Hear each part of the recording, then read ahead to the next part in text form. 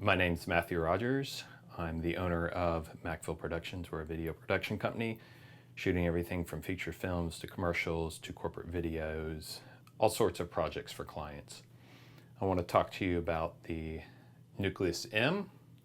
I got this back in November, so I want to do a review that talks some about the build quality and what I think of it, the basic setup of it, some of the design flaws, interface flaws, bugs, and really my wish list for it. In this review, I am not going to talk about the handles, like the gimbal handles. I've used them a little bit, but I really just want to focus on the hand unit and the motors, just because this is really the core of the system. I think the core of the system is really good and want to focus on with this. I've been really impressed with the build quality of this. The finish, the machining, everything about it is definitely way above its price point. They're definitely taking a lot of pride in their craftsmanship on this thing. The interface for the Nucleus is fairly good, fairly logical for the most part, pretty simple, easy to use. There's definitely a few things about it that you need to know that are not necessarily really obvious when you start. You know, once you learn those things, just a few little things, it really makes a lot of sense. One of the things I really like is the fact that the receivers, the wireless receivers, are built into each motor. I've used like an RT motion system before, a Bartek and a Red Rock, and I don't like the separate receiver. I like having the receiver built in the motor because then it's one less thing you have to put on somewhere on your body. The downside to that is that you've got more weight, especially like on a gimbal, you've got more weight that it's critical. But at the same time, I have one less extra wire running, and sometimes the gimbal I've had issues with the height once I put the receiver on because I can't necessarily get it low on the camera body. And so this is actually really nice to have it nice and fairly compact. I mean, these motors are not terribly big compared to other, you know, maybe a Hayden motor would be quite a bit smaller, but even then, the receiver for the Bartek, at least the ones I've used, are so big that this is a lot nicer. So to me, this is a great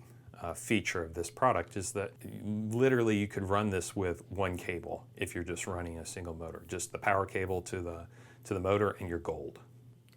Doing automatic calibration on the Nucleus M is really easy. You just hold down on the calibrate button over here on the side. And then if you want to do all, just hold it down again, or you can double click the cal button. And then you'll see these lights turn from red to flashing to calibrate.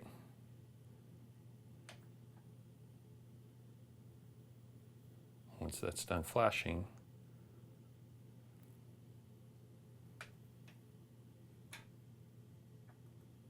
you can see that's all good, and then the iris here is all good. Manual calibration is pretty simple. You go to Menu, down to Function, Manual Cal. I'm going to do the iris. So here's the key. So with the motor disengaged, take your lens to wide open. And this is the other real key. For some reason, when you first turn on a unit, if you don't move this at all, either one of these, and you go to calibrate it, it'll be really confused. So what you want to do is just make sure you got it set all the way. Actually, I think it's supposed to be set this way.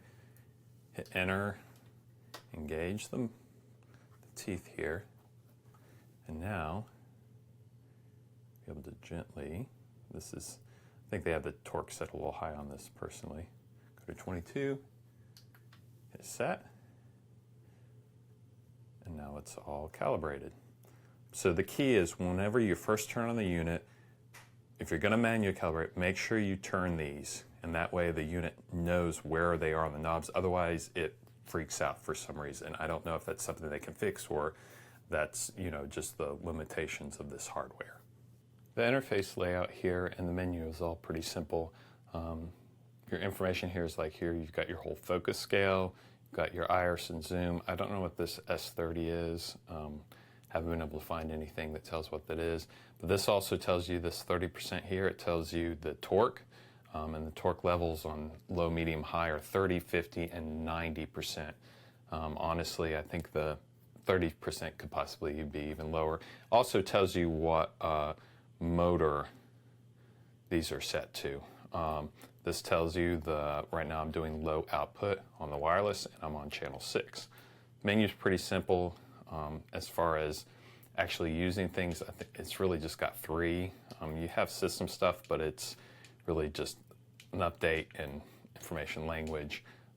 So, under wireless you have 2.4, which is the wireless, and then this blue is for a Bluetooth app that's coming later. Mode, which is the strength of your wireless signal. You can do low, minimum, medium, and high max. I really think it should just be low, medium, high, and also your wireless channel here. Under motor, you can choose which motor you're dealing with. You have torque, low, medium, high. You have sync, which tells you, okay, I've got, this is focus, I've got to set on motor 2, which you can set the motor numbers in the motor also, and that way you can match them up. And then direction, so if you're using still lenses versus cine lenses, you can change the direction but have the correct turn on your hand unit.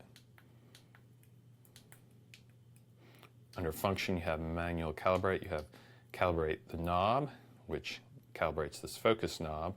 Make sure you're getting the full thing. You have key LEDs for like on the side, the record button, and then the ring LED, which will actually light up, which is really nice.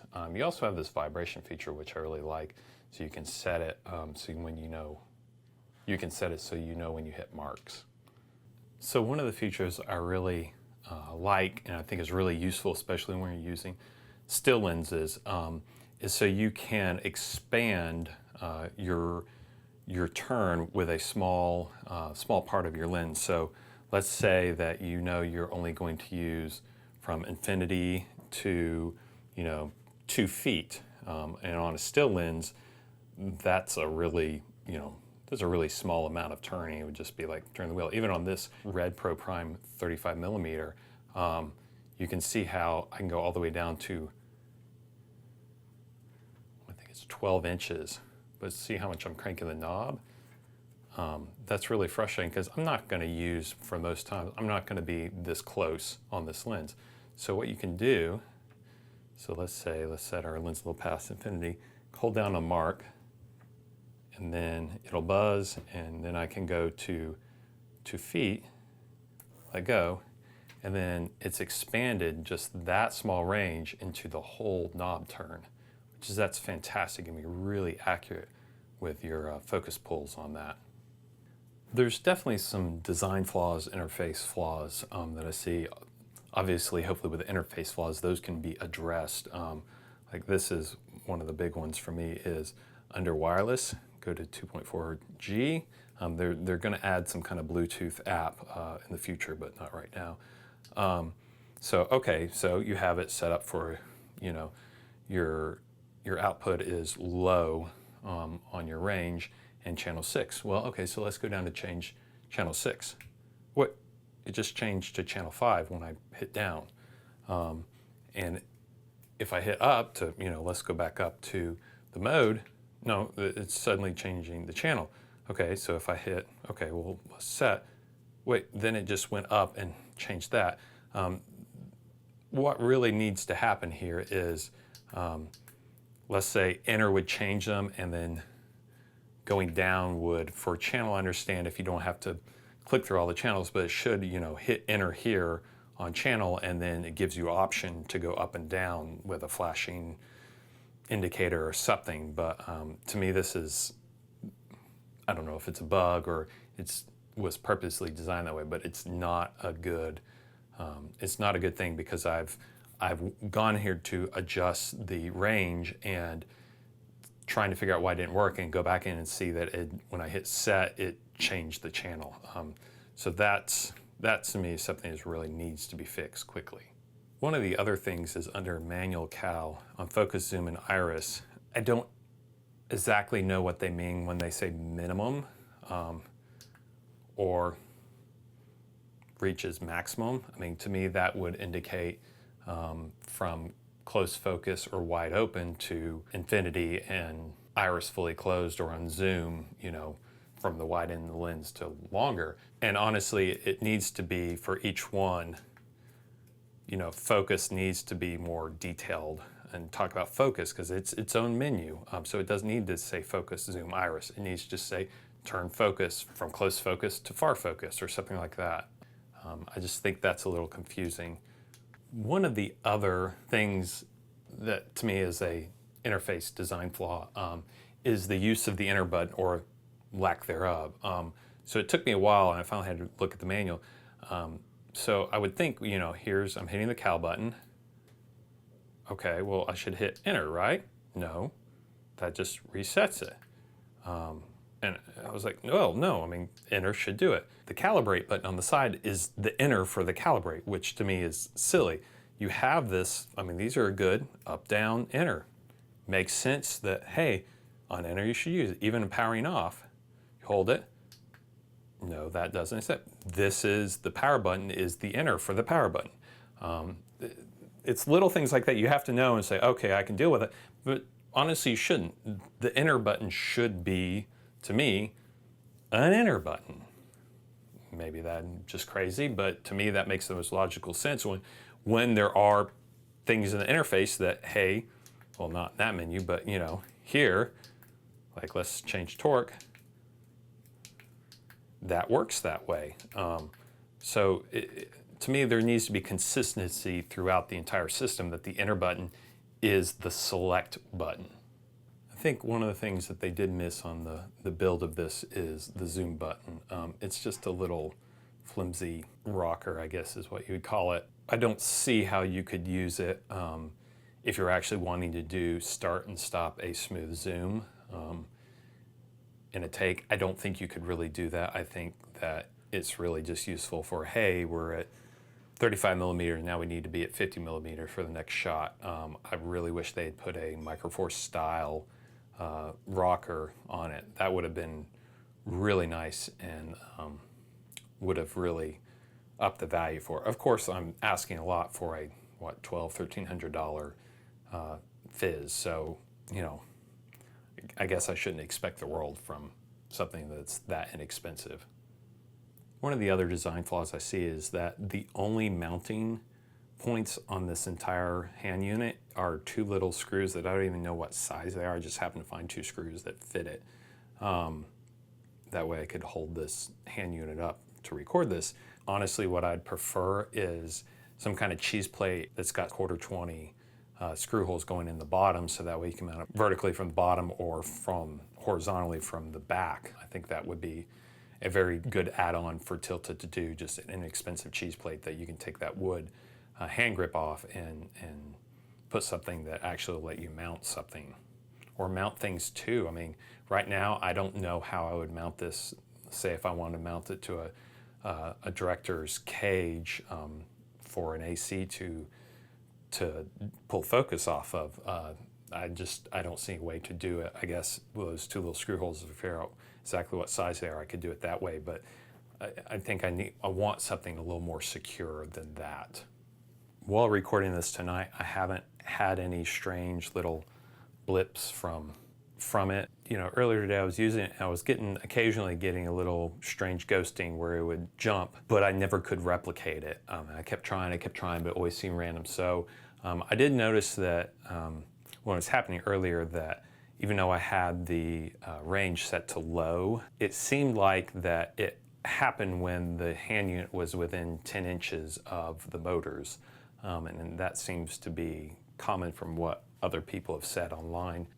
I have not had anything jump when it's just a single motor. This only happened when I've had two motors running at the same time. So I don't know if there's some kind of cross interference or whatnot, but that's something to be aware of. I think it's something that'll get fixed. Ideally you don't normally use a hand unit 10 inches away from the motor, so ideally it should be less of an issue, but it seems like other people are also saying that they were having issues further away, so who knows. And again, I haven't had any kind of phantom jumps when it's just a single motor, so if you're just looking for just to focus, then it's really rock solid. The other issue I've had has been with calibration. Sometimes the motors will not calibrate, or if I've calibrated one, I go to try it, like if I've automatically calibrated and then go to try manual calibrate, they won't. It's always been fixed by just unplugging the power from them and then replugging the power in, and then they'll calibrate right away. You know, I've run into a few little bugs like that where the system becomes unresponsive, and honestly, it hasn't happened on set. It's always happened when I am been playing with it, trying to break it. And so I'm doing calibration after calibration and playing around and monkeying around with changing the motor channels and all sorts of stuff. So it's not necessarily surprising that it maybe gets a little confused there. One of the other things is sometimes it'll get confused if I turn the hand unit off and turn it back on.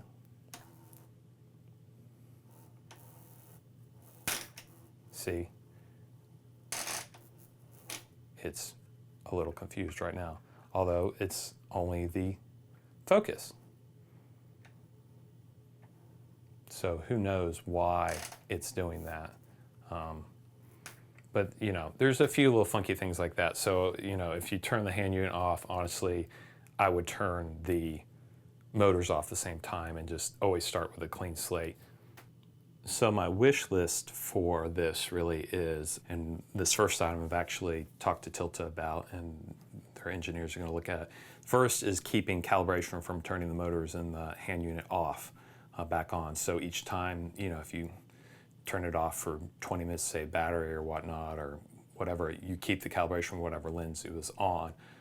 To me, that would be ideal, is when you turn it on, saying use previous calibration if you're keeping the same lens on, or gives you the option to calibrate a new lens, so that way it doesn't automatically assume, well, you still got the same lens on. Interface tweaks, just like with the enter button and small stuff like that, just to make it a little bit clearer, simplify some things. I think that would be really useful. Obviously, the cheese plate, like I mentioned on the back, I think that's really a must, since there's no other mounting points on the hand unit. But other than that, you know, I'm honestly really happy with the system. I don't think the Red Rock or the DJI, which is really the two competitors, even come close to this, and they're both more expensive. For what I paid for, I am more than happy. We'll see how it lasts over, you know, the next couple of years. From the build quality, I think physically it's going to last. It would just be the question of, are there internal components or something that fail? You know, hand units get dropped and stuff like that. You know, are the components inside designed to really handle that kind of abuse, and some of the ports and stuff and the cables? I don't know, time will tell, but for right now, I am really happy with this unit. I think if you can get over the few bugs for the time being, which I think Tilta will take care of here in the next few months, I think it's a fantastic system. Even I think at $2,000, I'd be pretty darn happy with this system. So that's what I know about it. Drop me any questions you have to see if I can answer them. But thanks for watching.